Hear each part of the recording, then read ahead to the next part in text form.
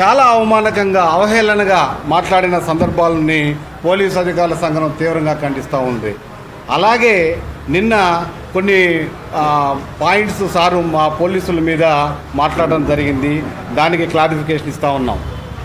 ప్రభుత్వంలో అంటే గత ప్రభుత్వంలో కూడా మేము 5 సంవత్సరాలు పనిచేసాం. ఆ పనిచేసినప్పుడు కూడా ఇదే పోలీసులు మొత్తం లాండ్ ఆర్డర్ని మెయింటైన్ చేసిన సంగతి మర్చిపోయారేమో అని ఒకసారి మీకు గుర్తు చేస్తూ ఉన్నాం. ఎందుకంటే చాలా దారుణంగా పోలీసులు మీరు అవమానించారు. అట్లాగే మీరు అంటున్నారు వైఎస్ఆర్సీపీ నాయకులను కార్యకర్తలను బెదిరించేదానికే పోలీస్ వ్యవస్థ ఉంది, నన్ను కాపాడేదానికి పోలీస్ వ్యవస్థ కాదు అని చెప్పి మాట్లాడుతున్నారు. ఎంతటి దుర్మార్గంగా మాట్లాడుతున్నారు మీరు. రాగద్వేషాలకు అతీతంగా 24/7 పోలీసు చేస్తున్న పోలీసుల్ని మీరు ఈ విధంగా మాట్లాడటం సబబు కాదని చెప్పేసి మీ ద్వారా తెలియపరుస్తూ ఉన్నాం. అదేవిధంగా ఒక ప్రతిపక్ష నేతగా మాజీ ముఖ్యమంత్రిగా పనిచేసిన మీరు సెక్యూరిటీ అంటే మీకు సెక్యూరిటీ ఇవ్వలేదని చెప్తున్నారు. అట్లాగే వాస్తవంగా చెప్పాలంటే ఆంధ్రప్రదేశ్ పోలీసుల్ని భారతదేశం మొత్తం ప్రశంసిస్తుంది, కానీ మీకు అది కనపడటం కూడా చాలా విచారకరం. అలాగే ప్రజాస్వామ్యంలో ఏ స్థాయిలో ఉన్న అధికారైనా ఎంతటి పెద్దవాళ్ళైనా కూడా చట్టానికి అతీతులు కారని చెప్పి ఈ సందర్భంగా తెలియపరుస్తూ ఉన్నాం. అట్లాగే మీరు మొన్న అన్నారు పోలీసులందరినీ వీఆర్లో పెట్టారు. పోలీసులందరినీ వీఆర్లో పెట్టడం అనేది ఒక అడ్మినిస్ట్రేషన్లో భాగమే. మీ ప్రభుత్వంలాగా ఇదే పని చేశారు మీరు కూడా. సో దాన్ని కూడా మీరు కించపరిచే విధంగా మాట్లాడారు. అంటే ఎలా ఉంటుందంటే ఆ వీఆర్లో పెట్టిన తర్వాత వాళ్ళ యొక్క అధికారుల యొక్క అది సామర్థ్యాలను బట్టి ఎక్కడ వేయాలి, ఎక్కడ పోస్టింగ్ చేయాలనేది ఆ హెచ్ఓడీలు ఎవరైతే ఉన్నారో వాళ్ళు నిర్ణయం తీసుకుంటూ ఉంటారు. దాన్ని బట్టి అడ్మినిస్ట్రేషన్ సాగుతూ ఉంటుంది. అలాగే ఎంతటి దుర్మార్గంగా మాట్లాడారంటే పోలీస్ శాఖలో ఉన్నటువంటి డిఎస్పీ గారులు, సిఐ గారులు డబ్బులు తీసుకొని ఎమ్మెల్యేలకి ఆ డబ్బులు పంచుతున్నారని ఎంత దుర్మార్గమైన మాట. ఆ వ్యాఖ్యల్ని వెంటనే వెనక్కి తీసుకోవాలని కోరుతా ఉన్నాం. ఎంత దారుణం అంటే ఒక ఉన్నతాధికారిని అంటే పోలీస్ శాఖలో పై ఉన్నతాధికారులు ఏమంటే ఆ పోలీస్ శాఖ మొత్తం కూడా చాలా విచ్ఛిన్నమైనటువంటి పరిస్థితులు ఉంటాయి. అటువంటి ఆ ఒక ఉన్నతాధికారిని ఒక డిఐజీ స్థాయి అధికారిని ఒక మాఫియా డాన్ అని చెప్పి మాట్లాడటం ఎంతవరకు సబబని మేము ఈరోజు ప్రశ్నిస్తూ ఉన్నాం. అదేవిధంగా ఎంత దారుణం అంటే ఇప్పుడు ఒక మా ఉన్నతాధికారి ఒక ఆయన ఒక ఐపీఎస్ మన సిద్ధార్థ కౌశల్ గారు ఆయన వ్యక్తిగత కారణాలతోటి ఆయన పదవి విరమణ చేస్తే దాన్ని కూడా తీసుకొచ్చి రాజకీయం చేస్తున్నారంటే నిజంగా ఎంత దౌర్భాగ్యమో అసలు అర్థమే కావడం లేదు మాకు. అట్లాగే నాయకులకు ఓదార్పులకు వెళ్ళినప్పుడు కూడా అక్కడ మీరు ఇప్పుడు మీ కార్యకర్తలను ఉద్దేశించి లేకపోతే వేరే కార్యక్రమాలకు వెళ్ళినప్పుడు మాత్రమే పోలీసుల మీద భౌతిక దాడులు జరుగుతున్నాయి. ఎందుకు జరుగుతున్నాయి? సో అది కూడా మీకు ఈ సందర్భంగా గుర్తు చేస్తూ ఉన్నాం. అట్లాగే పోలీసులు తప్పుడు కేసులు పెడుతున్నారని నిందారోపణలు చేస్తున్నారు.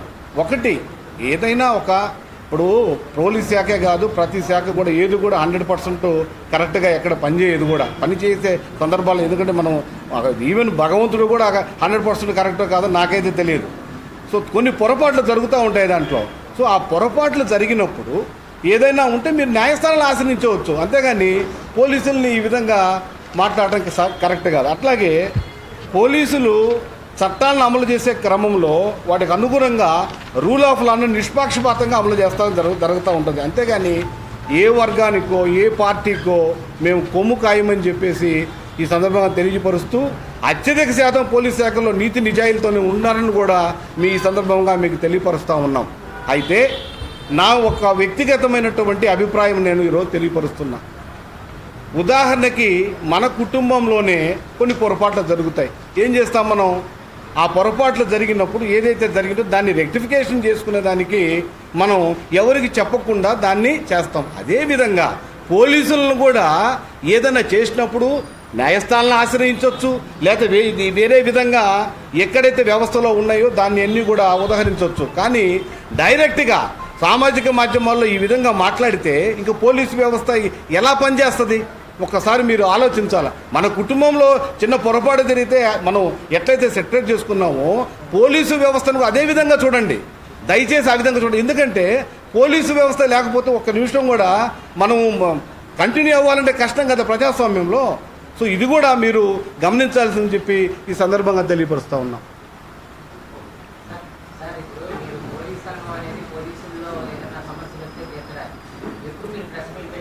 జగన్మోహన్ రెడ్డి విమర్శించడానికే పెట్టినట్టు. ఎందుకంటే చాలా మంది మీ పోలీసుల్లోనే ఇంకా మెడికల్ రిహాబిలిటేషన్ రాక వాళ్ళకి డ్రిల్స్ అందక చాలా ప్రాబ్లం పడుతున్నాడు. పోలీసుల మీద దాడులు చేసి రోజులు అప్పుడు ఏం ప్రశ్నకు ఓన్లీ జగన్మోహన్ రెడ్డి మిమ్మల్ని విమర్శించడానికి మాత్రమే ఎందుకు పెట్టినట్టు అని సమాధానం. నేను గత ప్రభుత్వంలో రాష్ట్ర అధ్యక్షుడిగా ఉన్నా, అంతకుముందు ప్రభుత్వంలో కూడా రాష్ట్ర అధ్యక్షుడిగానే ఉన్నా.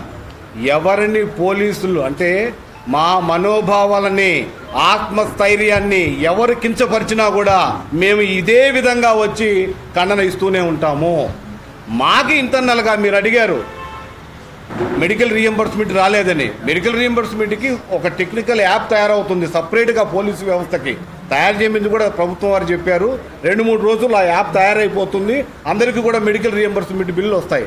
అదేవిధంగా సరెండర్ లీవులు టీఏలు కూడా అవి కూడా ఒక జాప్యం జరిగిన మాట వాస్తవం.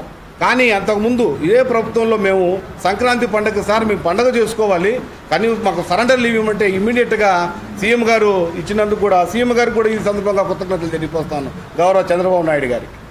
అదేవిధంగా ఏదైతే ఇంటర్నల్గా ఏదైతే ప్రాబ్లమ్స్ ఉన్నాయో అన్నీ కూడా మేము గవర్నమెంట్ దృష్టికి తీసుకుపోతూనే ఉంటాము. అది ఒక ఛానల్ ద్వారా అంటే ఒక రిప్రజెంటేషన్ ద్వారా వెళ్తూ ఉంటాయి. అదే ప్రతిపక్షం అడిగి నేను ఒక రిప్రజెంటేషన్ ఇస్తాను, ఆయన మనకేమైనా తీర్చగలదా? సో అవన్నీ కొన్ని ఇంటర్నల్గా ఉన్నటువంటి వ్యవస్థ అన్నీ కూడా రిప్రజెంటేషన్ ద్వారా మేము గవర్నమెంట్ని డిమాండ్ చేస్తూనే ఉంటాము.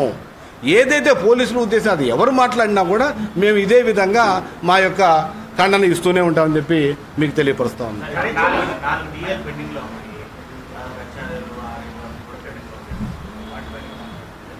పెండింగ్లు ఉన్న మాట వాస్తవమే, కానీ ఇది ఒక్క పోలీసు వ్యవస్థకు సంబంధించిన డిఏలు కాదు. అందుకని ఇందాక నేను చెప్పాను సరెండర్ లీవులు కానీ మిగతా అన్నీ కూడా పోలీస్ శాఖకి ఏదైతే సంబంధం ఉందో అవి మాత్రమే మేము మాట్లాడతాం.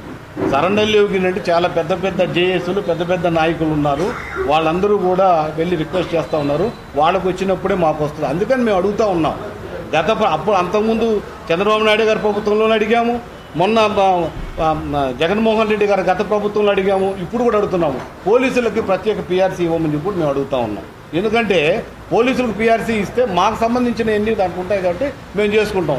ఇప్పుడు మీరు అడిగిన క్వశ్చన్కి నా దగ్గర సమాధానం ఏంటంటే వాళ్ళు ఎప్పుడైతే ఉద్యోగస్తులకు వస్తాయో మాకు కూడా అప్పుడు వస్తాయి. వీక్లీ మొన్న మేము సర్వసభ్య సమావేశం మొన్న ఒంగోలులో పెట్టడం జరిగింది. మాకు జనరల్ సెక్రటరీగా అదరైతే సార్ ఆ రోజు ఎన్నుకోవడం జరిగింది. అప్పుడు కూడా మేము వీక్లీ ఆఫ్ల గురించి ప్రధానంగా గవర్నమెంట్ వారిని వీక్లీ ఆఫ్ ఇవ్వమని చెప్పేసి కోరాం.